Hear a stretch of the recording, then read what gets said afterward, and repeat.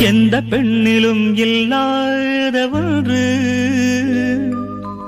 ஏதோ அது ஏதோ அடி ஏதோ உன்னிடம் இருக்கிறது.